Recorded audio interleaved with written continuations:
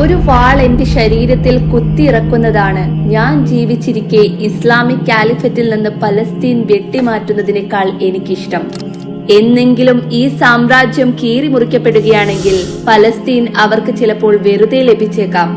എന്നാൽ അന്നും അതവർക്ക് ഞങ്ങളുടെ മൃതദേഹങ്ങൾക്ക് മുകളിലൂടെയേ നേടിയെടുക്കാനാകൂ.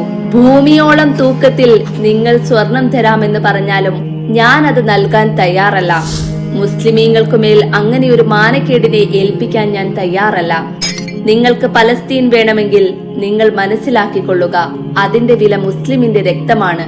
തിയോഡോർ ഹെയ്സൽ നേരിട്ടും മറ്റ് സിയോണിസ്റ്റ് ആനുകൂലികൾ വഴിയുമൊക്കെ ഖുദ്സിന് വില പറഞ്ഞപ്പോൾ സുൽത്താൻ അബ്ദുൽ ഹമീദ് രണ്ടാമന്റെ പ്രതികരണങ്ങളാണിവ. നമ്മുടെ പൂർവികർ അവരുടെ രക്തമൊഴുക്കി അവരുടെ ജീവൻ ത്യജിച്ച് ഈ ജനതയെ സംരക്ഷിച്ചു. അവർക്ക് ഈ നിലം വെറും മണൽത്തരികളല്ലായിരുന്നു, അവരുടെ വിശ്വാസത്തിന്റെ അടയാളമായിരുന്നു.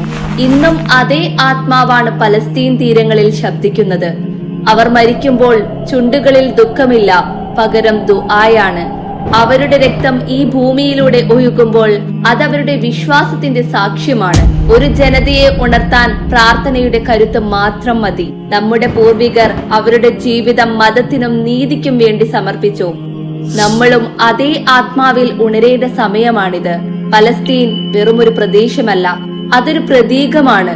സലാഹുദ്ദീൻ അയ്യൂബിയുടെയും ഖാലിദ് ഇബ്നു വലീദിന്റെയും ധൈര്യത്തിന്റെ പ്രതീകം, ഉമർ ഇബ്നു ഖത്താബ് റളിയല്ലാഹു അൻഹുവിന്റെ നീതിയുടെ പ്രതീകം.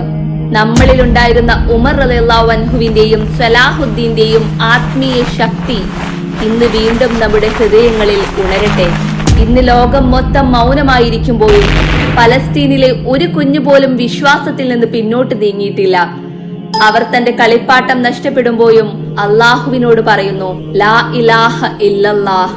അവരുടെ കണ്ണുനീർ നമ്മുടെ ആത്മാവിൽ ചൂടായി വീണാൽ നമുക്ക് മനുഷ്യരായി വീണ്ടും ഉണരാനാകും.